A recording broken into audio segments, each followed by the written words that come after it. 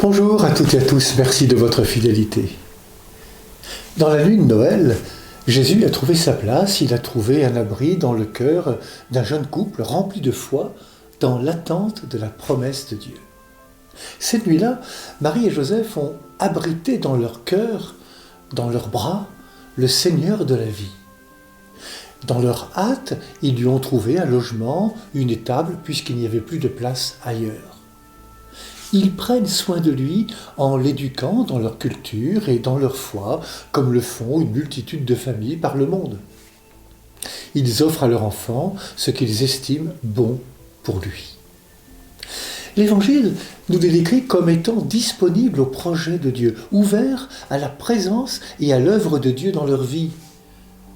Ainsi, la présence de Jésus au sein de notre humanité est d'abord la volonté de Dieu, le Père, que Marie et Joseph ont acceptée. Pour entrer dans la famille humaine, l'humanité, Dieu entre dans une famille particulière, celle de Nazareth. Une famille enracinée dans un village, un pays, une culture, une religion. Jésus ne vit pas hors sol et apprend à grandir grâce à sa famille. Jésus grandissait en sagesse, en taille et en grâce.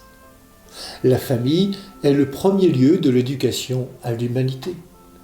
C'est là que j'apprends à être un homme, une femme.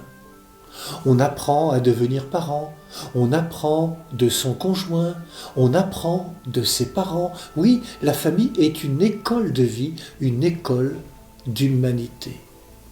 Jésus grandissait en sagesse, en taille et en grâce. Mais l'Évangile ajoute devant Dieu et devant les hommes.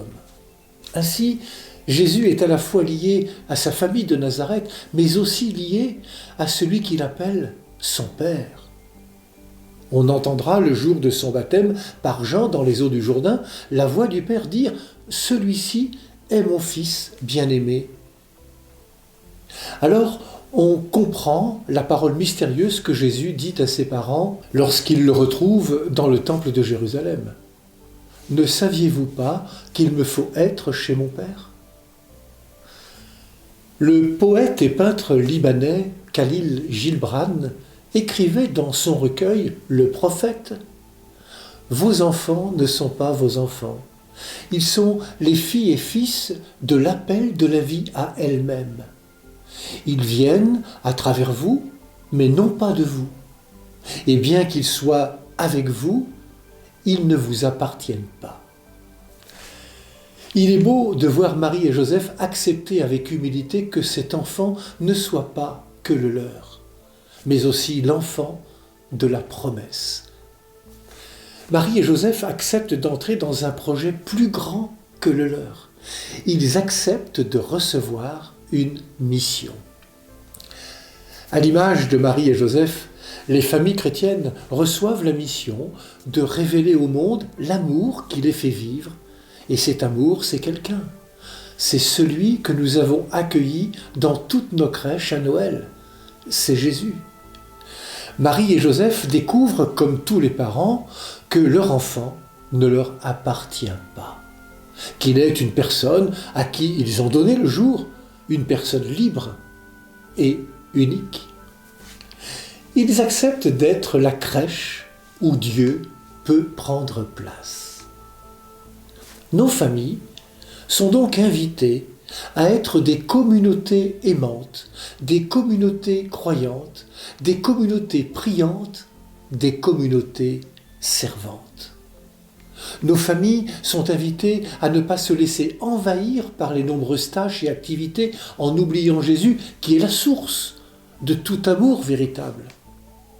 Si Dieu naît dans notre humanité, c'est pour venir dans chaque cœur, chaque personne, chaque famille, là où elles vivent, là où elles s'arrangent avec la vie et avec ce qu'elles en font, là où elles travaillent et où elles se débrouillent avec la vie, là où elles souffrent, là où elles se battent, là où elles aiment et où elles savourent les petits bonheurs du quotidien, là où elles rêvent, là au cœur des fatigues et des lassitudes, là au cœur des querelles et des amitiés, là au cœur des questions de la maladie, des angoisses.